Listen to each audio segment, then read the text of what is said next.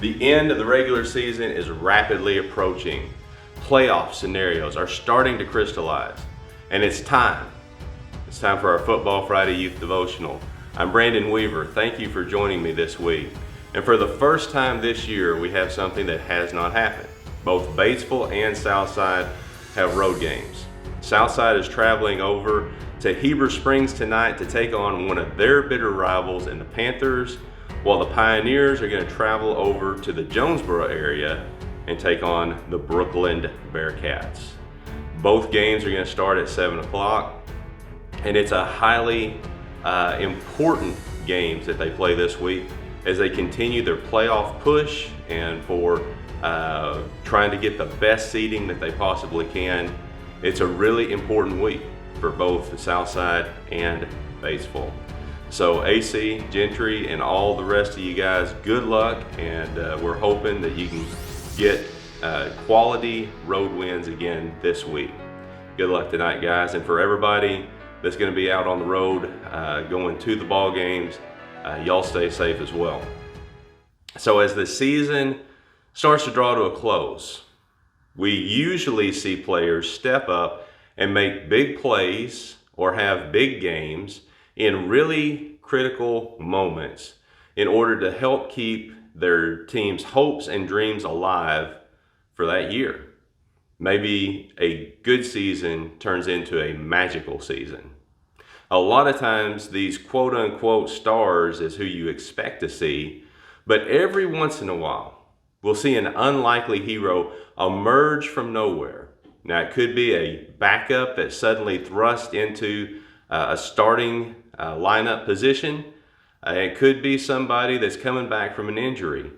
But whoever it is, they normally will step up and do something that's improbable in order to help their team get a big W. Today, we're going to be looking at two ladies, Deborah and Jael, who did just that for the nation of Israel as they did their best to overcome an oppressive tyrant. Today we find ourselves back in the book of Judges. The nation of Israel has rebelled against God, and for this he's sold them out to King Jabin of Canaan, which this is going to get the people's attention and turn their hearts back to God eventually. For 20 years, King Jabin has had an army commander named Sisera who has oppressed the Israelite people greatly. His army was so large, his weaponry was so advanced for the time, that he was thought to be unopposable. Israel's hearts have finally broken, and they have finally cried out to God for help. Let's take a look at Judges chapter 4, verses 4 through 9, to see how God is leading in Israel. Deborah, a prophetess and the wife of Lapidoth, was judging Israel at that time.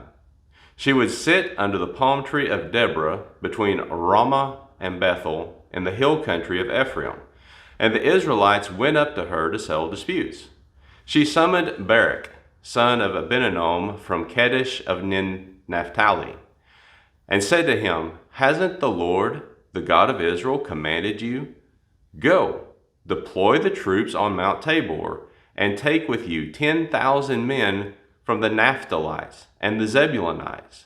Then I will lure Sisera, commander of Jabin's army, his chariots, and his infantry at the Wadi Kishon to fight against you, and I will hand him over to you." Barak said to her, "If you will go with me, I will go. But if you will not go with me, I will not go." "I will gladly go with you," she said, "but you will receive no honor on the road you are about to take, because the Lord will sell Sisera to a woman." So Deborah got up and went with Barak to Kadesh. Deborah was both a judge of the people and a prophetess of God. She knew that God had told Barak that he was going to lead them to victory over Sisera. The problem was Barak wasn't that close to God. He didn't really have much faith, And he figured his life was over in any sort of confrontation with Sisera, so he wasn't going to do anything. And Deborah confronts him about it. And so, in a way to try and get out of doing what God had called him to do, he puts the ball in Deborah's court. He says, look, I'll go, but I'll only go if you go. If you don't go, I won't go. It's just that simple. And he's probably thinking here, look, she's not going to want to go into battle because, well, she's a woman. She's not going to want to go into battle. But Barak was wrong. He is very wrong, because while she was a woman of faith. And she trusted that God would be with her. She trusted that God would be with Barak and with all the Israelite leaders and military men. And so Deborah was willing to put her life on the line to be able to go and kind of hold Barak's hand to go do what God had told him to do. And at this point, Barak's bluff has been called, and he says, okay, I guess we're going to be going. But Deborah does make one really ominous prediction about what's going to happen. She says that, look, bub, you've had your opportunity. You could have went willingly when God called you before. I gave you the opportunity to go. You still didn't want to go because I'm having to go and hold your hand. She says, you're not going to receive the victory and the praise that you would have. In fact, you're not going to receive any of it. That there is going to be a woman that ends up gaining all the praise and the victory for this win, this defeat of Sisera. Doesn't really bother Barak that much apparently, but anyway, we see a little time passes and Barak and the men are ready to go into battle against Sisera. Deborah says, all right, it's time to go. So Barak, he gathers the Israelite army and they go and they face Sisera and his men. And this is where you would think really crazy things would happen, and that's exactly what happened. The Lord actually confuses Sisera's army and they all panic. Sisera himself panics. And because of everything that was going on, when Sisera panics, he decides, I'm going to flee by foot. I'm going to go up into the mountains and I'm going to hide because crazy stuff is going on and we're losing when we shouldn't lose. And that day, Sisera's army, they had 900 iron chariots, which would have been the most advanced weaponry for that day. And the thing was, they had men that were fully able to run those chariots, and they had never had issues before with anyone being able to fight back and resist them. But that day though, the Israelite army, they took care of business. They took care of the army of Sisera by vanquishing every last one of them. Judges chapter 4, verses 17 through 22, they tell us the rest of the story of what happens to Sisera and to Barak.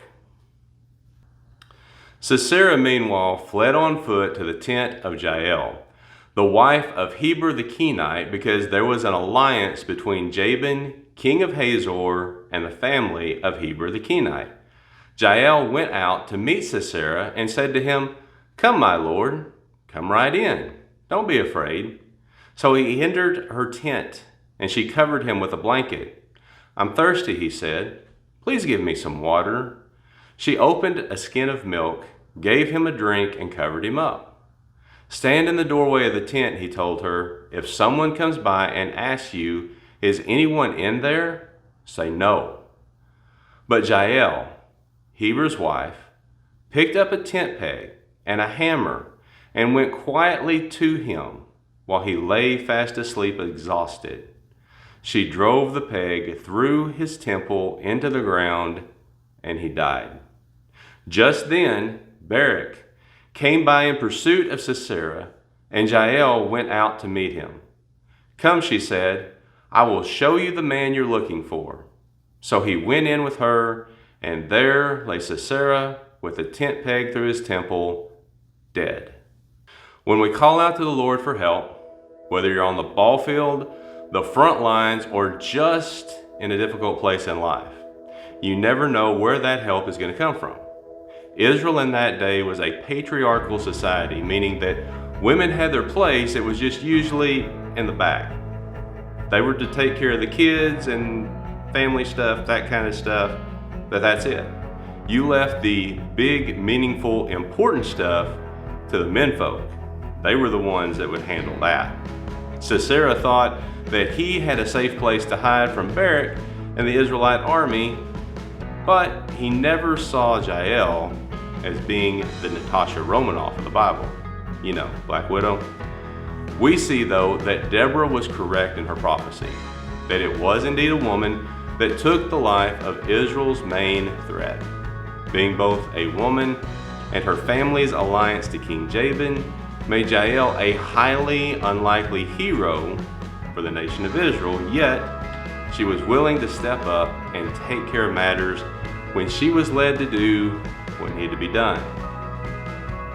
That is in complete opposition to Barak, who, when God called him, was too afraid to take that first step in faith and do the Lord's calling for his life because he was indeed afraid of losing his own life.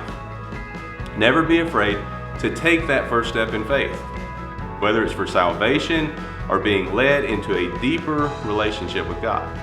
Whatever it may be that he's calling you to do, don't be afraid to take that first step. Go when God calls you. You never know when you may be the person that God is calling to help somebody be their unlikely hero. This week, we're going to take a closer examination of this story, particularly Barak's role in Sunday school at 9 o'clock. So guys, be here, get up early, be here for that.